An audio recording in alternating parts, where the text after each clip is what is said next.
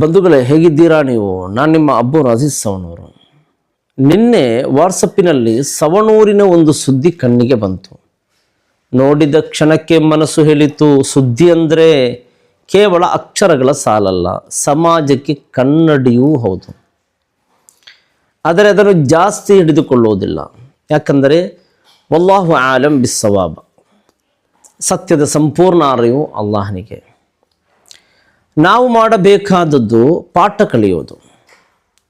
ಹೀಗಿರುವುದರಲ್ಲಿ ನಮ್ಮ ಇಂದಿನ ಹಸುಗಳ ಪರಿಸ್ಥಿತಿ ನೋಡಿದರೆ ನಗಬೇಕೋ ಅಳಬೇಕೋ ಅಂತ ಮನಸ್ಸೇ ಕಂಗಡುತ್ತದೆ. ಒಂದು ಕಾಲದಲ್ಲಿ ಹಸು ಮನೆ ಬಾಗಿಲು ದಾಟಿದರೆ ನೇರವಾಗಿ ಹುಲ್ಲಿನ ಹೊಲದತ್ತ ಹೋಗುತ್ತಿತ್ತು. ಈಗ ಹೊರಟ ತಕ್ಷಣ ಮೊದಲು ಗ್ರಾಮ ಪಂಚಾಯತಿ ಕಚೇರಿಗೆ ಹೋಗಿ, ಸರ್ ನನ್ನ ಆಧಾರ್ ಕಾರ್ಡ್ ಲಿಂಕ್ ಆಗಿದೆಯಾ, ನನ್ನ ಜಾತಿ ಪ್ರಮಾಣ ಪತ್ರ ಎಲ್ಲಿ, ನನ್ನ ವಯಸ್ಸು ಸರ್ಕಾರದ ದಾಖಲೆಗಳಲ್ಲಿ ಸರಿಯೇ, ನನಗೆ ವೃದ್ಧಾಪ್ಯ ಪಿಂಚಣಿ ಯಾವಾಗ ಸಿಗುತ್ತೆ, ಮೇವು ಸಬ್ಸಿಡಿ DBT ಮೂಲಕ ಬರ್ತಾ ಅಂತ ಕೇಳುವ ಮಟ್ಟಿಗೆ ಕಾಲ ಬದಲಾಗಿದೆ. ಇನ್ನು ಸ್ವಲ್ಪ ದಿನಗಳಲ್ಲಿ ಹಸುಗಳಿಗೆ ಪ್ರತ್ಯೇಕ ಸೇವಾ ಕೇಂದ್ರ ತೆರೆದು ಮೊದಲು OTP ಹೇಳಿ, ನಂತರ ಕಣ್ಣಿನ ಸ್ಕ್ಯಾನ್ ಕೊಡಿ, ಆಮೇಲೆ ಹುಲ್ಲು ಪಡೆಯಿರಿ ಅಂತ ಹೇಳಿದ್ರೂ ಯಾರು ಆಶ್ಚರ್ಯ ಪಡೋದಿಲ್ಲ. ಪಾಪ ಆ ಹಸು ಮನಸ್ಸಿನಲ್ಲಿ ಯೋಚಿಸ್ತಿರಬಹುದು, ನಾನು ಚಿಕ್ಕವಳಿದ್ದಾಗ ತಲೆಗೆ ಹೂ ಹಾಕಿ ಗಂಟೆ ಕಟ್ಟಿಕೊಂಡು ಗೋಮಾತೆ ಅಂತ ಗೌರವಿಸಿದವರು ಈಗ ನನ್ನ ಪೂರ್ಣ ಕುಟುಂಬದ ವಂಶ ವೃಕ್ಷ ಕೇಳುತ್ತಿದ್ದಾರೆ. ನನ್ನ ಅಜ್ಜಿಯ ಆಧಾರ್ ನಂಬರ್ ಕೂಡ ಬೇಕಾ ಅಂತ ಕೆಲವೊಮ್ಮೆ ನನಗೆ ಅನಿಸುತ್ತದೆ. ಇನ್ನು ಎರಡು ಕಾನೂನು ಬಂದರೆ ಹಸುಗಳು ಸೇರಿ ಯೂನಿಯನ್ ಮಾಡಿಕೊಂಡು ಸಭೆ ಕರೀತವೆ. ಒಂದು ಹಸು ಮೈಕೆ ಹಿಡ್ಕೊಂಡು ಹೇಳುತ್ತದೆ, ನಮಗೂ ಸೇವಾ ಭದ್ರತೆ ಬೇಕು, ನಿವೃತ್ತಿ ವೇತನ ಬೇಕು, ಹುಲ್ಲಿನ ಕನಿಷ್ಠ ಬೆಂಬಲ ಬೆಲೆ ಬೇಕು, ಇಲ್ಲ ಅಂದರೆ ರಾಜ್ಯವ್ಯಾಪ್ತಿ ಮೇವು ಸೇವನೆ ಬಂದ್ ಅಂತ ಊರೇ ನಗುತ್ತೆ. ಆದರೆ ಆ ನಗುವಿನ ಹಿಂದೆ ರೈತನ ಕಣ್ಣೀರು ಇದೆ. ಯಾಕಂದರೆ ರೈತ ಬೆಳಿಗ್ಗೆ ಎದ್ದು ಹಸುವಿನ ಮುಂದೆ ನಿಂತು, ಅಮ್ಮ ನೀನು ಹಾಲು ಕೊಟ್ಟರೆ ಮನೆಯಲ್ಲಿ ಚಾ ಕುಡಿತವೆ, ಕೊಡದಿದ್ದರೆ ಬ್ಯಾಂಕ್ EMI ತನ್ನ ತಲೆಯ ಮೇಲೆ ಕುಣಿಯುತ್ತೆ ಅಂತ ಪ್ರಾರ್ಥನೆ ಮಾಡಿಕೊಳ್ಳುವ ಸ್ಥಿತಿ ಬಂದಿದೆ. ಎಲ್ಲೇ ಕಾನೂನಿನ ಸೂಕ್ಷ್ಮತೆ ಶುರುವಾಗುತ್ತದೆ.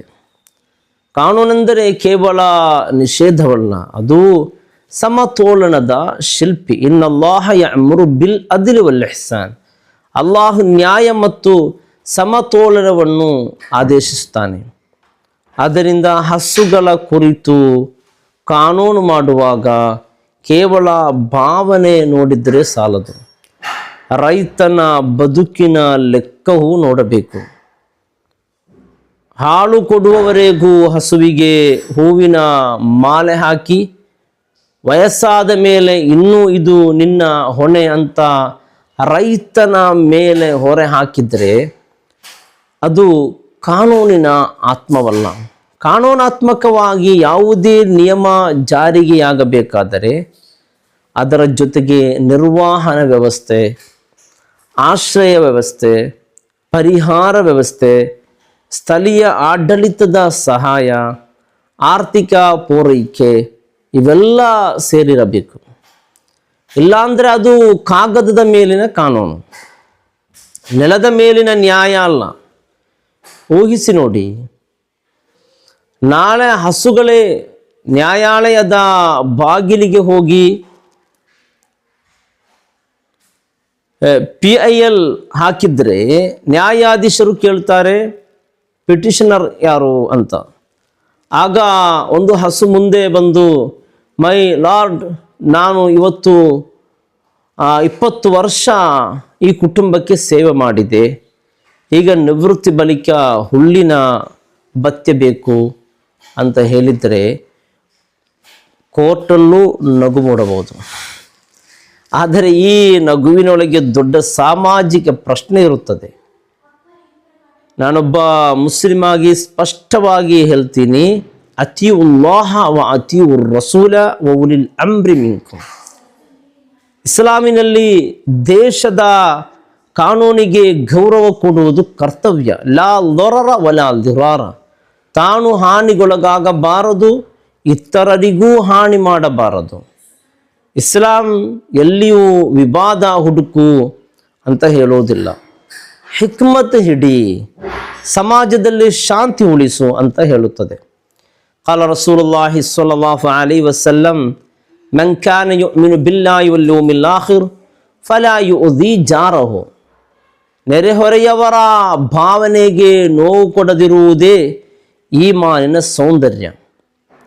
ಆದ್ದರಿಂದ ನನ್ನ ಮುಸ್ಲಿಂ ಸಹೋದರರೇ, ಶಾಂತಿಯನ್ನು ಕಾಪಾಡುವುದು ದೌರ್ಬಲ್ಯವಲ್ಲ, ಅದೇ ಬುದ್ಧಿವಂತಿಕೆ.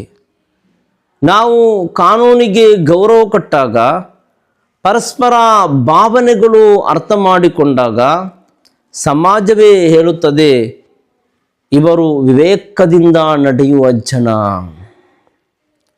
ಅದೇ ದೊಡ್ಡ ಗೌರವ. ಹಾಗೆ ಕಾನೂನು ರೂಪಿಸುವವರಿಗೂ ಒಂದು ವಿನಮ್ರಮ ಮನವಿ. ಹಸುವಿನ ಗುರುತಿನ ಚೀಟಿ ಬರೆಯುವ ಮೊದಲು ರೈತನ ಬದುಕಿನ ಭರವಸೆ ಬರೆಯಿರಿ. ಹಸುವಿಗೆ ಆಶ್ರಯ ಕೊಡುವ ಮೊದಲು ಅದನ್ನು ಸಾಕುವವನ ಹೊಟ್ಟೆ ಖಾಲಿಯಾಗದಂತೆ ನೋಡಿ. ಹಸುಗಳ ಲೆಕ್ಕ ಹಾಕುವ ಮೊದಲು ರೈತನ ಸಾಲದ ಲೆಕ್ಕ ಕೇಳಿ. ಇಲ್ಲಾಂದರೆ ನಾಳೆ ಹಸುಗಳೇ ಗ್ರಾಮ ಸಭೆ ಸೇರಿ ನಮಗೆ ಹುಲ್ಲಿನ ಹಕ್ಕು ಬೇಕು, ಮೇವು ಪಿಂಚಣಿ ಬೇಕು, ನಿವೃತ್ತಿ ಗೌರವಧನ ಬೇಕು ಅಂತ ಘೋಷಣೆ ಕೂಗಬಹುದು. ಊರು ನಗಬಹುದು, ನಗುತ್ತಾ ಸುಸ್ತಾಗಬಹುದು. ಆದರೆ ಆ ನಗುವಿನೊಳಗೆ ಅಡಗಿರುವ ಸತ್ಯ ದೊಡ್ಡದು.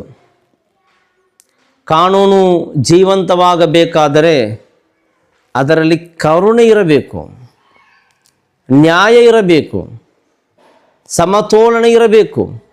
ಕೊನೆಗೆ ನನ್ನ ಮಾತು ಇಷ್ಟೇ, ಸಮಾಜದ ಶಾಂತಿ ಉಳಿಯಲಿ, ರೈತನ ಬದುಕು ಉಳಿಯಲಿ, ಪರಸ್ಪರ ಗೌರವ ಉಳಿಯಲಿ.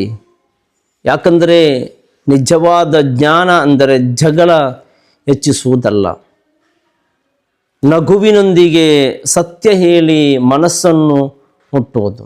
ಫೀಹಿ ಖೈರುನ್ ಲಿಲ್ ಜಮೀ, ಅದರಲ್ಲಿ ಎಲ್ಲರಿಗೂ ಒಳ್ಳೆಯದೇ ಇದೆ. ಅಲ್ಲಾಹು ತೌಫೀಕ್ ನೀಡಲಿ.